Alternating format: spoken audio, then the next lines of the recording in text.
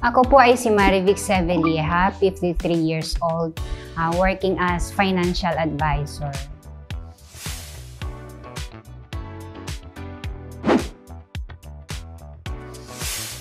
Inirekomenda ito ng isang kong kaibigan kasi during that time nagtatanong-tanong ako tungkol sa kung anong magandang supplement or magiging substitute sa gulay.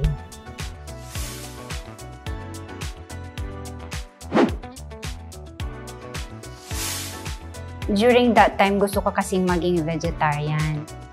Isang dahilan din ay yung aking mga anak ay hindi nakasanayan na kumain ng gulay.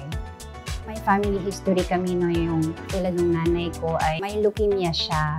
So, nung nagpapatest ako ng mga lab test, so yun na-discover ko na mababa din yung hemoglobin ko. So, kaya ito nakatulong ito sa amin.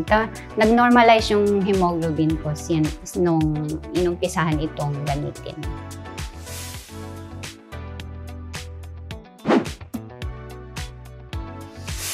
For almost 10 years now, ito tuloy-tuloy po. Siguro hanggang buhay na namin itong iti-take.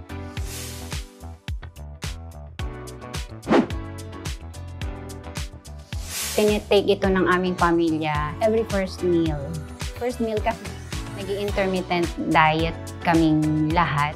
Actually, hindi kami nagbe-breakfast. So, mga 30 minutes before lunch, doon namin siya tinitake. Yung walang sugar, yung walang tamis, yung walang lasa, yun ang pinakagusto nila.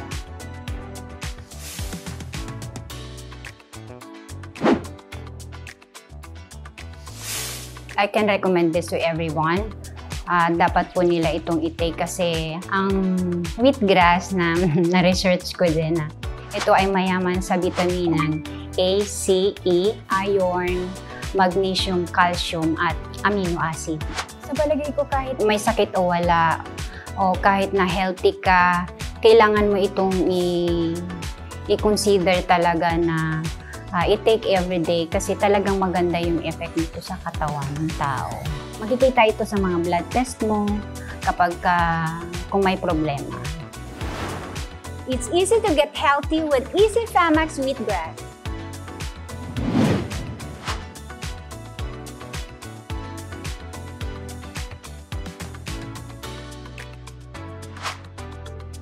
Mahalagang paalala, ang Easy Famax Wheatgrass ay hindi gamot at hindi dapat gamiting panggamot sa anumang uri ng sakit.